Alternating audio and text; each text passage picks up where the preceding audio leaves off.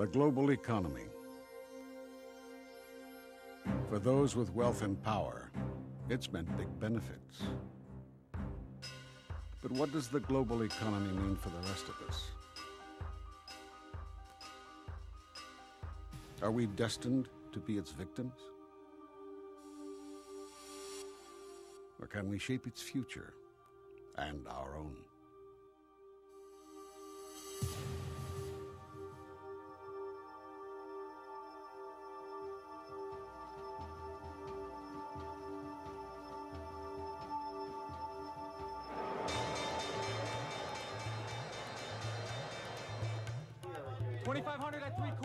Globalization, the new world economy. Trendy terms. Whether we like it or not, the global economy now affects us as consumers, as workers, as citizens, and as members of the human family.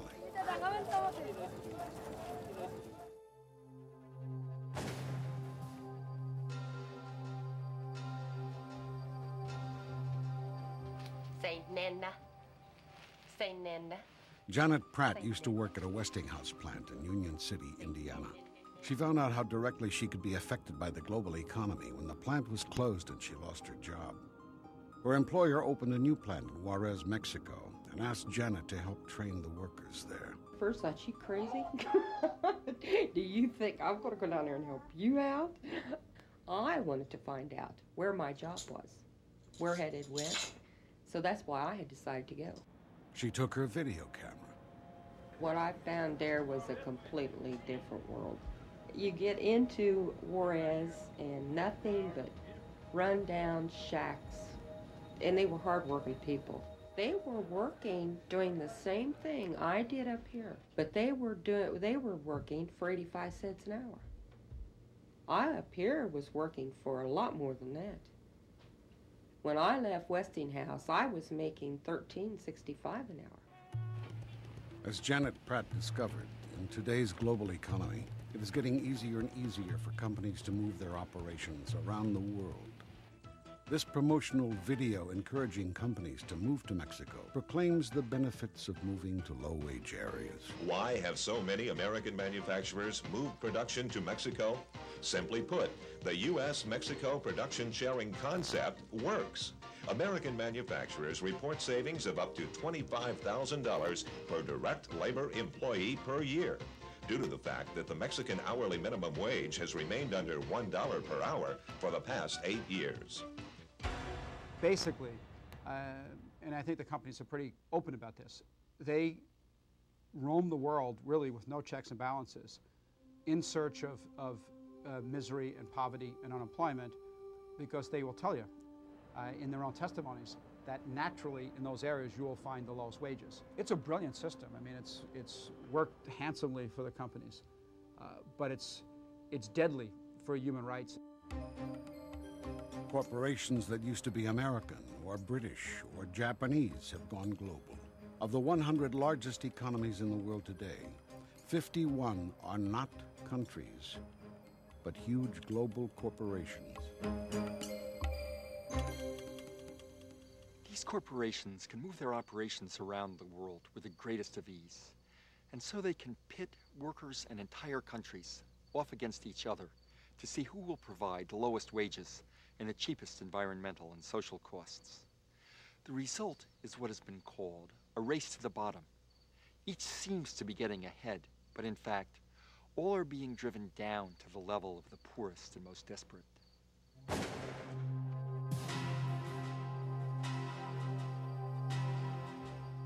What we hear from our members, working people around this country, is that every week, really, when they sit down at the bargaining table to talk to their bosses about trying to get a decent wage or better working conditions or better enforcement of existing standards, that their bosses say, well, we can always move. I'm afraid. We all should be afraid of what's happening, because we're being proven over and over again that our labor is no longer needed to make this system function. It may be cheaper to get it overseas. So we're really part of this globalization process. Right here. Right here. This race to the bottom is definitely come back to the United States in the growth of sweatshops, which not only violate every single wage and hour law and human dignity, they don't pay taxes either, these sweatshops. They're unregulated. So they're riding on the back of the rest of the people. It's not just unskilled labor that is being pulled into the race to the bottom. Computer software programmers or data entry jobs are also mobile, and the companies are finding they can save even more money on a computer programmer or an engineer than they can save on a production floor worker.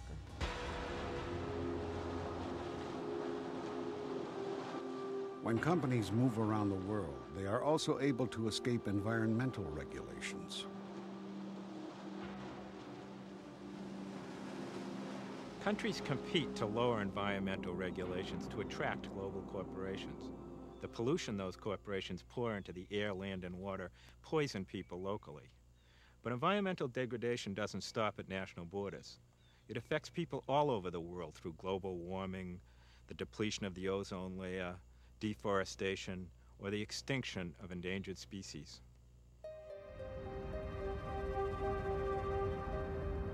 The era of globalization has been marked by a growing gap between rich and poor.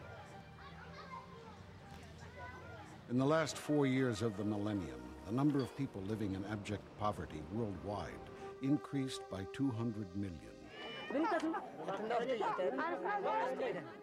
In those same 4 years, the world's 200 richest people doubled their wealth. Third world countries are being forced to race to the bottom. They have to compete with each other, outbid each other in offering cheaper labor than their competitors, and also offering more stringent legislation to control labor. So you get both repression and increased poverty. You depress the economy, but you also repress the freedom of the people. When we first came upon some of these activities of the U.S. companies, we saw these ads in Bobbin magazine, which is the largest apparel journal in the world. And it tells you that you could hire Rosa Martinez. She'll produce apparel for the U.S. markets on her sewing machine in El Salvador, and you could hire her for 57 cents an hour. She and her co-workers, Rosa's more than just colorful. I mean, they put that little dig in there, racist dig. She and her co-workers are known for their industriousness and reliability and quick learning. You pay her 57 cents an hour. That was in 1990. In 1991, you have the exact same ad. There's Rosa again, except her wages are now cut in half. It's 33 cents an hour.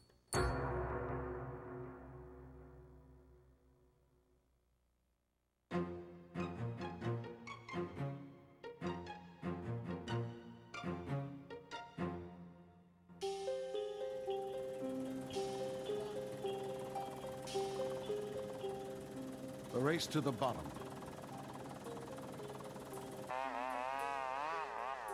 It affects our environment, our jobs, and our communities.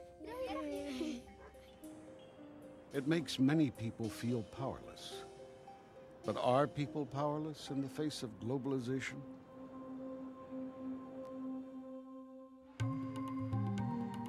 Some people are trying to do something about the global economy. They are creating new grassroots movements, using new technologies, and finding new ways to cooperate across national borders.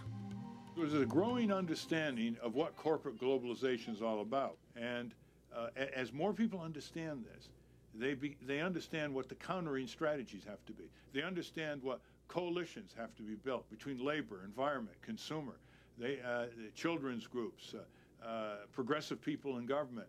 They understand the march of democracy against the juggernaut of autocratic corporate globalism. Globalization puts people in different parts of the world in competition, but it thereby gives them a common interest in forestalling a race to the bottom.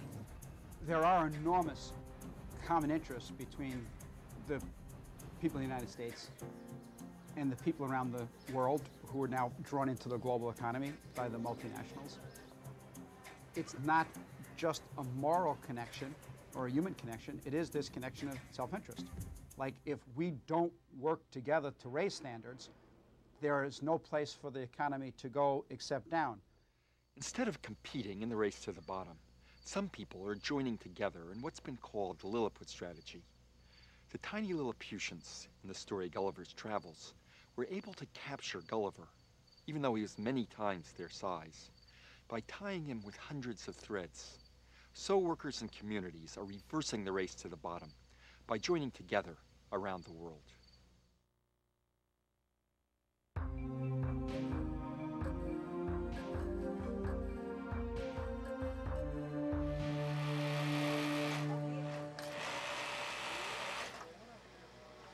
A prime example of the race to the bottom has been the global growth of sweatshops. Factories that exploit low-paid labor, working under inhuman working conditions. Do they treat the workers well here?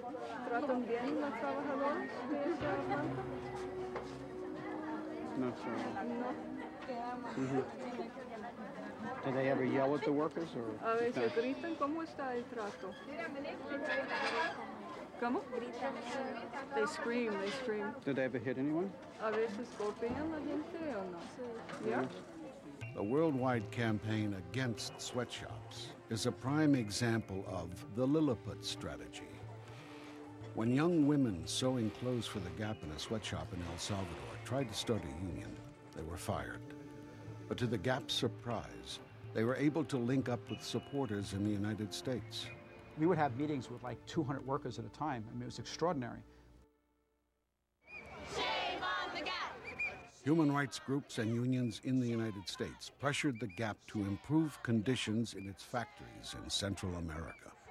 Local garment workers charged through the Schuylkill Mall fighting foreign imports. Today's target, the Gap clothing store.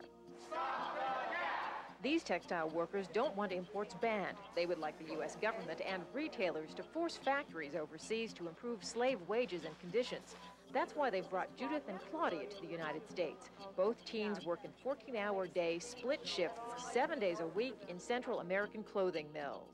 Judith makes 56 cents an hour. For an 8-hour day, that's $4.50 a day. So a company like the Gap pays the 40 workers who produce these 1,100 shirts. They pay them collectively $180 in wages and take out $22,000 worth of T-shirts. The Gap finally agreed to open the factory to regular inspection by local religious and human rights groups. And so they signed the agreement, and for the first time that I know of, a contractor's factory was open to independent investigation, and it's up and running. The people united will never be defeated. The people united will never be defeated. Students across the country joined the anti-sweatshop movement.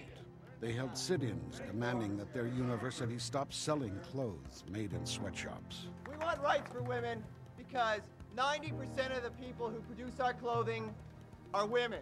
Nowhere, and I mean nowhere in this world should a 14-year-old girl be forced to work 60 hours a week with only one day off. And nowhere! Duke, Wisconsin, Georgetown, and other universities agreed to student demands that they stop selling clothes made in sweatshops. We make a big point that this sweatshop work, this human rights work, is not only the right thing to do, the moral thing to do, it's also in your self-interest. If you don't want to see your wages decline and your living standard decline and your children's living standard decline, we better do something fast to put a net underneath this global economy and begin to ratchet up human rights and living and working condition standards, or else we're all going down.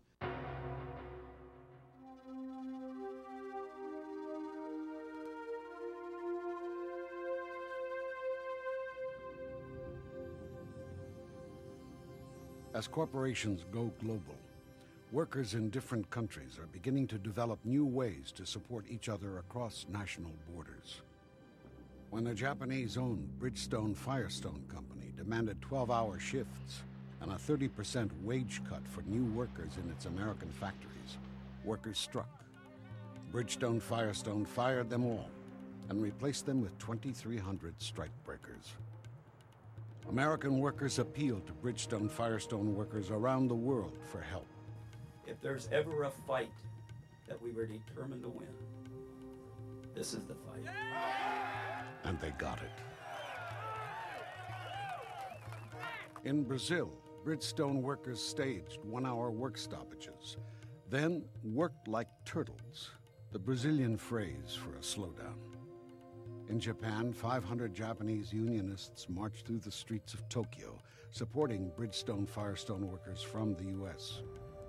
In the wake of the worldwide campaign, Bridgestone Firestone unexpectedly agreed to rehire its locked-out American workers.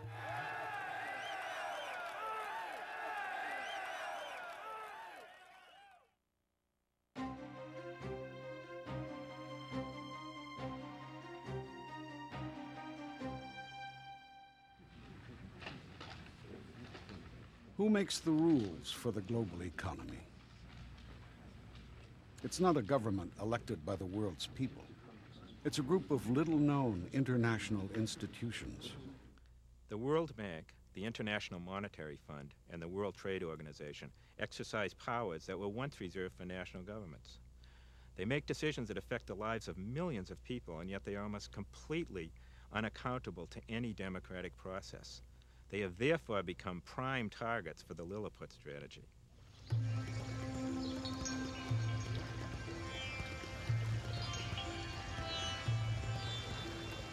When the government of India proposed to build the Sardar Sarovar Dam with funds from the World Bank, tens of thousands of people protested against the destruction of their homes and villages, even threatening to let themselves be drowned in the rising waters before they would abandon their land.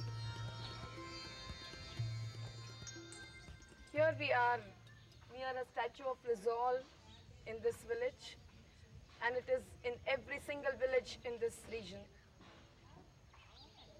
The slogan that the people have raised is "Koi nahi hatega, baan nahi banega." This simply means that no one would move out, the dam will not be built. 900 organizations from 37 countries pledged a campaign to defund the World Bank if the dam went ahead. Faced with such a global threat, the World Bank canceled its support for the dam. These integrated communities are not backward, but are rather the hope for the future that would bring in the human vision of life to the whole world.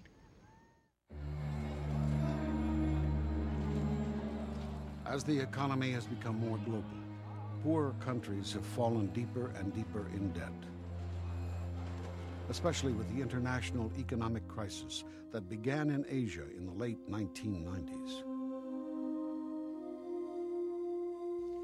Banks and international investors loaned money to poor countries and made a killing. Much of the money went to powerful politicians and their wealthy cronies, and they made a killing too. Then the World Bank and the International Monetary Fund insisted that in order to pay back the loans, poor countries close schools and hospitals, chop down their forests and export the logs, and choke off credit to poor farmers who were forced to leave the land and move to overcrowded cities. It's another aspect of the race to the bottom. The loans had made the rich richer, but it was the poor who had to suffer so that they could be repaid.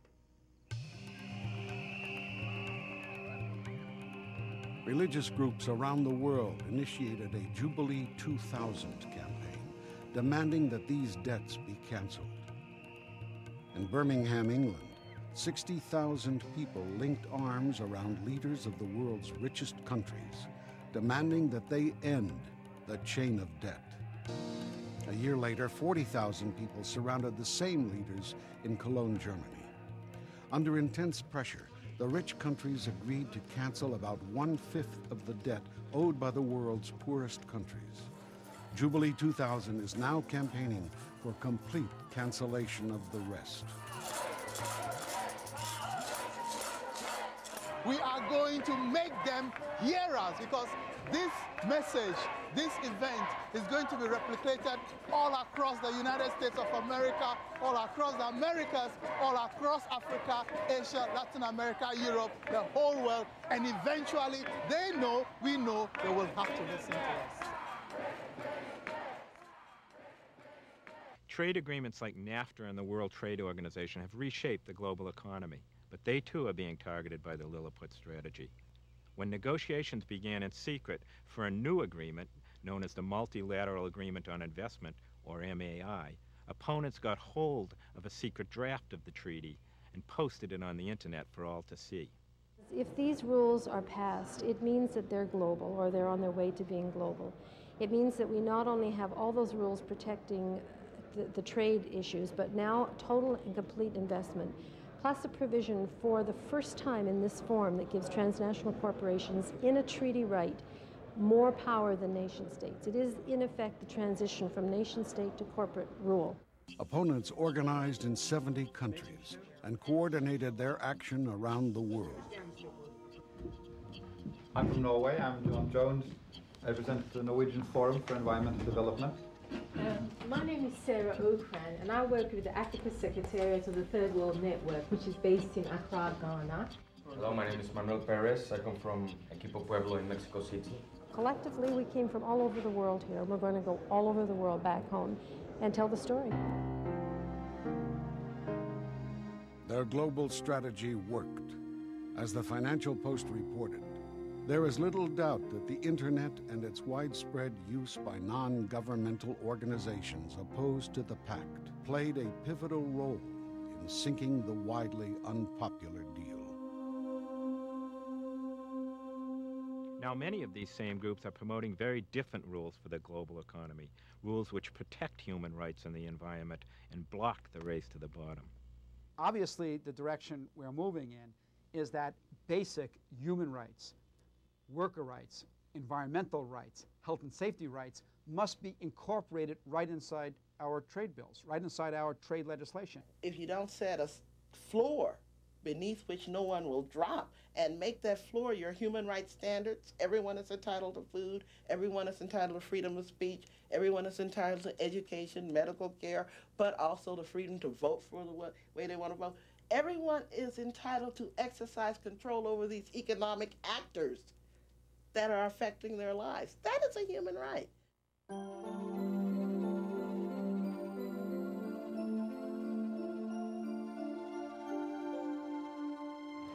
something to share with you. Through grassroots organizing combined with mutual support around the world, ordinary people are beginning to find ways to counter the race to the bottom.